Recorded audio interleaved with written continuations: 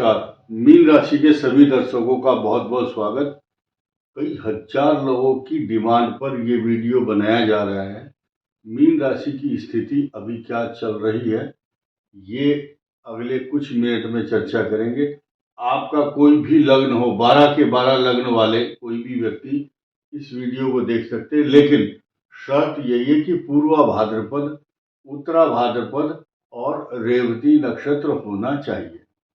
अगर आपको पता नहीं है तो आप अपने नाम से भी देख सकते हैं। हो सकता है आपके नाम से ये आपको शूट करे या आपसे मैच करता हो। मैं आपको बहुत सारी इंफॉर्मेशन देने वाला हूं। मीन राशि पर सबसे बड़ा बोझ इस समय चल रहा है और पहले इतना शायद नहीं रहा होगा, लेकिन आज की तारीख में 3-4 विषय इकट्ठे हो चुके हैं। पहला पॉइंट है साढ़े साथी चल रही है। दूसरा पॉइंट ये है कि साढ़े साथी में शनि का जो पिता है, शनि के पिता सूर्य देव, दोनों एक साथ हो गए। दोनों में बनती नहीं है, दोनों में विरोधाभास है, पिता पुत्र हैं। ये मनुष्य को कंफ्यूज भी करते हैं तथा अलग अलग मार्ग पर जाने की कोशिश करने की प्रेरणा देते हैं। देखिए, मछली का जो साइन है, आप देखेंगे गौर से, दो मीन राशि का जो चिन्ह है वो दो मछलियों का है। आप देखेंगे एक मछली का मुंह तो उधर है, एक दूसरी का उधर है, यानी कि दुविधा में है ये। जैसे मछली पीछे मुड़ मुड़ के बार बार देखती है, कोई आ तो नहीं रहा है पीछे से, या कोई मेरे पर आक्रमण तो नहीं है। खतरों से आगाह करती रहती है स्वयं को मछली, लेकिन इसके ऊपर सबसे बड़ी कृपा भगवान की भी होती है।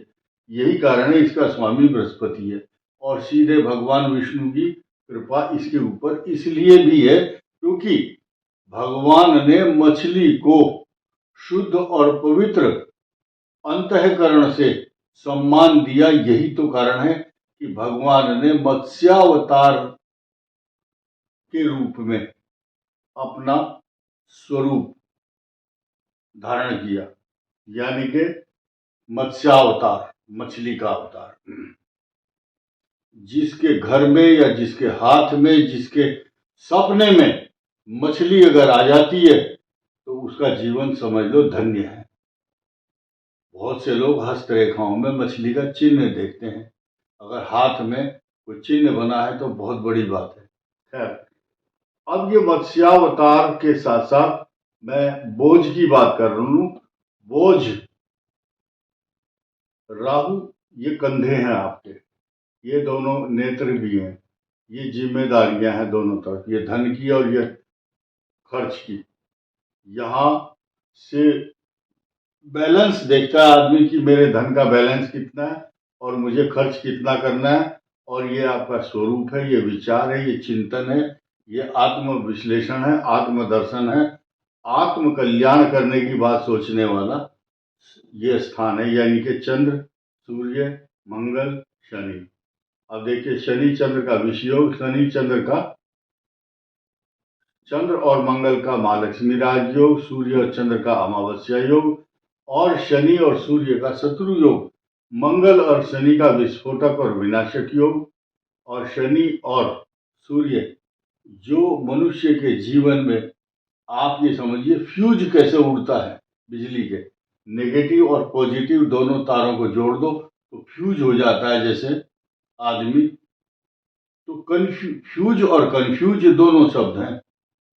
आप बिजली में तो फ्यूज होता है, यहाँ कंफ्यूज होता है मनुष्य। ये कंफ्यूजन है, क्या करूं और क्या ना करूं, किंग कर्तव्य विमूढ़ करने के लिए, यानी कि बहुत अच्छा डिसीजन नहीं ले रहे। अगर ले भी रहे हैं तो वो रॉन्ग डिसीजन के रूप में उसकी परिणति हो रही है, इम्प्लीमेंटेशन ठीक नहीं है।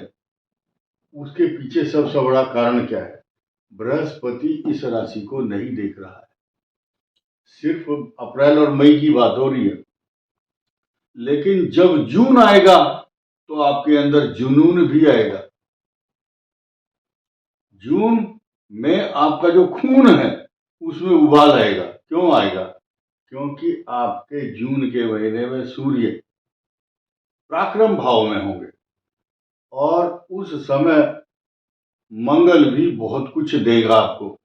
और तीसरी खुशी ये है कि बृहस्पति की दृष्टि अपनी ही राशि पर होगी। तो मीन राशि वालों को कहना चाहूंगा, साफ साफ बात है, गम की अंधेरी रात में दिल को न बेकरार कर, खुशियां आने वाली हैं, बस उसका इंतजार कर। ये जो अप्रैल का महीना आधा बीत गया है, आधा ये और 1 महीना बचा है मई का, यानी कि 1.5 महीना मान करके चलिए आप।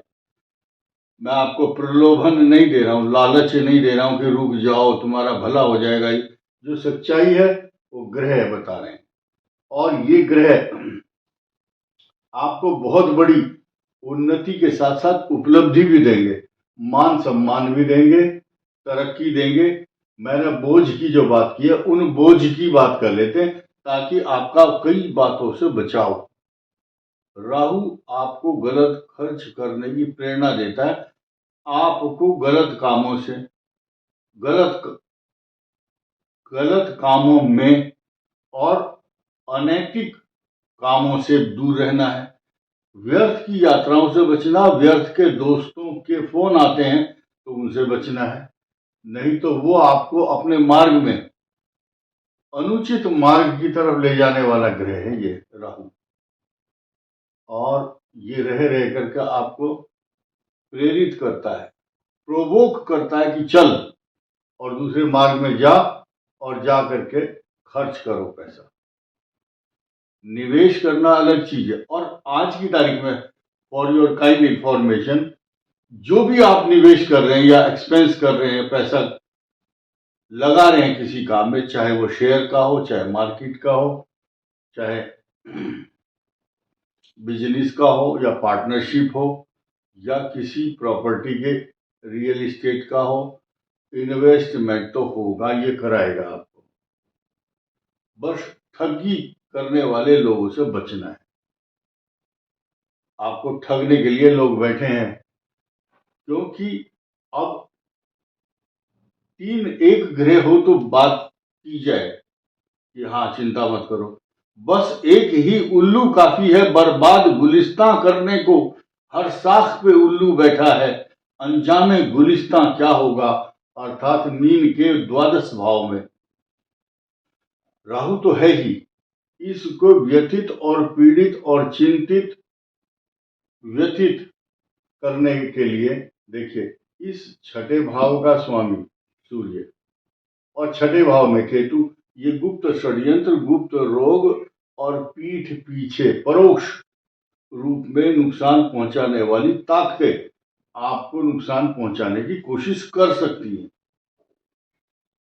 मंगल ग्रह ही अच्छा फल दे सकता है, क्योंकि मंगल भूमि का कारक है, आपको बहुत कुछ देगा ये, लेकिन ये भी विवश है। इतनी बड़ी लाभ की आकांक्षाएं, अपेक्षाएं नहीं करनी चाहिए, क्योंकि दुख और परेशानी और बोझ की जो पराकाष्ठा है, उस पराकाष्ठा से आप बच नहीं पाएंगे, क्योंकि राहु और इधर सूर्य और बीच में ये 3 ग्रहों का साया। तो कुछ राहत मिलने के जो योग हैं वो 15 जून के बाद बन सकते हैं, आफ्टर 15 जून। ये ग्रह 15 जून तक यहां रहेंगे और आएंगे कब? 15 मई के बाद। तो ये संभालेंगे साम्राज्य, लेकिन ये जो स्थिति है शनि की, ये यथावत ज्यों की त्यों जैसे थे वैसी ही बनी हुई है, इसका लाभ नहीं मिल रहा। लेकिन जो आश्वासन मैंने दिया है, बृहस्पति के कारण दिया है कि 3 जून को, 3 जून बड़ी इंपॉर्टेंट तारीख है, चाहे 2026 की हो चाहे 2027 की। 3 जून को एक राहत देने वाला, आफत से राहत की ओर जाती हुई दिखाई देगी, है राहत मिलेगी। और 3 जून जब 27 आएगा, 1 साल बाद, तब ये शनि इसके ऊपर से ये बोझ पूरी तरह से, शनि क्या है? लोहा है, चिंताएं हैं, परेशानियां हैं। और बात तो न्याय की करते हैं शनि, लेकिन बोझ बहुत बड़ा, ऐसा लगेगा आपका सिर भारी है, आपके ऊपर जिम्मेदारी है। भारी और जिम्मेदारी के साथ साथ रोगों का हो चाहे चिंताओं का, बहुत बड़ा टोकरा लेकर के आप ढो रहे हैं सिर पर बोझ। और साथ ही साथ एक बोझ के अलावा लाइबिलिटीज के साथ साथ, जिम्मेदारी के साथ साथ आपके ऊपर बुराई भी बहुत आ रही है। कुछ लोग बोलते हैं ये तो बड़ा मौज ले रहा है, बात ही नहीं करता।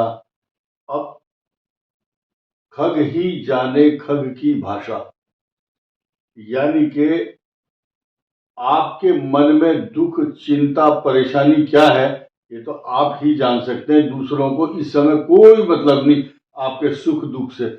ऐसे समय पर अपनी परछाई भी साथ छोड़ देती है। इष्ट मित्र, बंधु बांधव, मित्रों की, जान पहचान वालों की सहयोग की अपेक्षा नहीं कर सकते, क्योंकि ग्रह ही ऐसा है। आप कितने ही समृद्ध या कितने अच्छे रसूख हैं आपके, सब काम नहीं आएंगे। हर आदमी बोलेगा मैं बिजी हूं, मैं मीटिंग में हूं, मैं इधर के जा रहा हूं, वो मदद नहीं करेंगे। कभी कभी मदद करने का दिखावा और नाटक जरूर करेंगे। ये मीन राशि के लिए बात मैंने कही। अब मैं इन नक्षत्रों की बात कर लेता हूं। पूर्वा भाद्रपद नक्षत्र, इनकी जो दशा होती है, बृहस्पति की महादशा होती है जन्म के समय। फिर उसके बाद बृहस्पति के बाद शनि आएगा, बुध, केतु, शुक्र, सूर्य, चंद्र, मंगल, राहु, केतु, ये चलता है सीक्वेंस। लेकिन पूर्वा भाद्रपद नक्षत्र वालों का लग्न के अनुसार अगर देखा जाए तो वो अलग अलग लग्न के हिसाब से व्याख्या हो सकती है। लेकिन पराकाष्ठा देखी जाए अगर इस बृहस्पति की, क्योंकि मीन राशि का स्वामी है बृहस्पति, जन्म के समय तो अच्छी ही दशा होती है बृहस्पति की पोजीशन के अनुसार। शनि की महादशा मैटीरियलिस्टिक चीजें देती है। और उसके बाद आया बुध, बुध की महादशा शुभ और किसी भी तरह से शुभ ही मानी जाएगी। केतु कष्टकारक, शुक्र भी कष्टकारक अगर धनु लग्न है, तुला लग्न है, वृषभ लग्न है, तो शुक्र की दशा में कई प्रकार के रोग होते हैं। 4 लग्न मानिए आप, तुला धनु वृष, तुला धनु वृष और मीन, इनमें शुक्र की महादशाओं में कुछ ऐसी क्रॉनिक डिजीज भी मिलती है जिसके कारण कुछ परेशानियां आती हैं। एक बहुत फेमस बीमारी चल रही है शुगर, मधुमेह, ये तो होती है। लेकिन कुछ ऐसी क्रॉनिक लॉन्ग टर्म ट्रीटमेंट होता है जिनका, वो भी होती है। उसकी उपचार ग्रहों के द्वारा ही हो सकता है। और बाकी दशाएं शुभ हैं। उत्तरा भाद्रपद नक्षत्र में शनि की महादशा होती है। ये सबसे इंपॉर्टेंट नक्षत्र है, बहुत इंपॉर्टेंट है। शनि इसका स्वामी है और इनके लिए बचपन से लेकर के और लास्ट तक संघर्ष तो बहुत रहेगा। केतु की दशा कष्टकारक रहती है, लेकिन शुक्र की महादशा लग्न के अनुसार, लग्न जो मैंने बताए हैं वो 4 लग्न बहुत अच्छे नहीं हैं शुक्र की महादशा में, मीन, धनु, वृष और तुला। और बाकी जो दशाएं हैं, शुक्र, सूर्य, चंद्र, मंगल, राहु, ये सब शुभ फल प्रदान करने वाले रहेंगे। बृहस्पति की दशा उत्तरा भाद्रपद के लिए सबसे लास्ट में आती है बृहस्पति की। और रेवती के लिए, रेवती की बुध की महादशा में जन्म होगा, वहां से गिनो फिर आप। बुध के बाद केतु की दशा कष्टकारक, शुक्र की दशा लग्न के अनुसार फल देगी, अच्छा फल देगी। सूर्य की दशा में रोग, चिंता, परेशानी और सरकारी अधिकारियों के द्वारा आपको प्रताड़ित करने का षड्यंत्र किया जा सकता है। और शुक्र की महादशा में लग्न के अनुसार रोग भी उत्पन्न होता है। लेकिन बुध, केतु, शुक्र और उसके बाद सूर्य, फिर चंद्र, मंगल, ये सारी दशाएं बाद में सब शुभ फल देती हैं। शनि की जो महादशा है वो जीवन के लास्ट में आती है। वो भी मटेरियलिस्टिक चीजें देती है सब लाइफ में।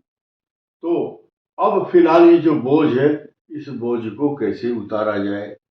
देखिए, मेन चीज क्या है, इस बोझ को सिर पर ढोना बंद करो। जहां भी आपको तनाव होता है उसको वहीं छोड़ दो, उसी समय टेंशन को रिलीज कर दो। और अभी पेंडिंग जितने भी काम है उनको लिंगर ऑन, लटकाओ। कब तक? जून तक लटकाओ। बोले इस बोझ को अभी मैं लेकर घूमना नहीं चाहता। Essential duties will be carried out. जो अर्जेंट काम है उनको करो। इस संसार में 3-4 काम बड़े अर्जेंट होते हैं, जैसे कि इस संसार में सबसे पहले सबसे सुबह सुबह कौन जागता है? एक तो अखबार बेचने वाला, दूसरा दूध की जो ड्यूटी है और सप्लाई है वो करने के लिए सुबह ही निकल जाता दूध वाला, और तीसरा है एम्बुलेंस। एम्बुलेंस को नहीं रोक सकते, और क्योंकि एम्बुलेंस में चाहे कोई किस पेशेंट है बहुत अर्जेंट, डिलीवरी होनी है किसी की महिला की, तो ये सब चीजें 3 बड़ी प्रमुख चीजें हैं। ठीक इसी प्रकार जो मीन राशि के जातक हैं, इनको ये अगर कोई खास एकदम तुरंत जरूरत है उसको आप प्राथमिकता दो, बाकी सबको अभी पेंडिंग रखो। और पुखराज पहनना इनके लिए शुभ रहता है, और मूंगा पहनना शुभ रहेगा। लेकिन शनि की उपासना कैसे करें? एक सरसों के तेल का दीपक जलाओ, और वो तेल कौन सा होगा नोट कीजिए। एक कटोरी लो, उसमें अपना मुंह देखो, आपको पता चल जाएगा मेरी जो छाया है उसमें तेल में आ चुकी है। उस तेल में बत्ती डालकर पीपल के वृक्ष के नीचे, चाहे स्टील की कटोरी है या मिट्टी का दीपक है, पीतल का है, आटे का है, दीपक जलाना चाहिए। सुबह जलाएं या शाम को, ये आपके टाइम के ऊपर है। मुझे नहीं पता आपको टाइम कब मिलेगा। उपाय इसलिए नहीं बताते हम क्योंकि लोग परेशान करते हैं, फिर बताओ किस समय जाऊं, ये करूं। तो ये आपके ऊपर निर्भर है। और उड़द की दाल साबुत, एक यहाँ चर्चा करना चाहूंगा, कई सारे ग्रंथों में जो पौराणिक ग्रंथ हैं, जैसे कि मनुस्मृति है, उसमें कई जगह उड़द की जो दाल होती है काले रंग की, उसको माह की दाल कहा गया है। माह की दाल पंजाबी में कौन सी दाल बनाई है? माह की दाल। तो यानी कि जो उड़द है, उड़द से निर्मित जो भी पकवान बनाए जाते हैं, उड़द से इमरती बनती है, उड़द की दाल बनती है, उड़द की चाट बनती है, उड़द के बहुत सारे काम है। तो उसमें लिखा है माश, माश शब्द, माश, श जो षटकोण वाला श है, उसका मतलब है उड़द की दाल। कुछ लोग आज की तारीख में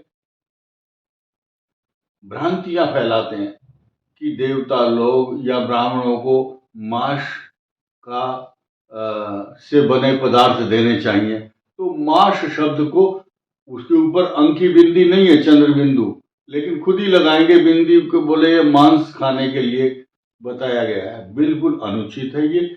जो पढ़े लिखे समाज में कम ज्ञान वाले लोग इस प्रकार की भ्रांति फैलाते हैं देवताओं के विषय में खास तौर से। तो हमारे धर्म को, मजहब को बदनाम करने से बचाने के लिए ज्ञान बहुत जरूरी है। तो माश की दाल कहा गया है इसको शास्त्रों में। तो उड़द की दाल को 1 किलो, 1.25 किलो, जितनी अपनी शक्ति है वो दान करना चाहिए। इस वीडियो में इतना ही। धन्यवाद, नमस्कार।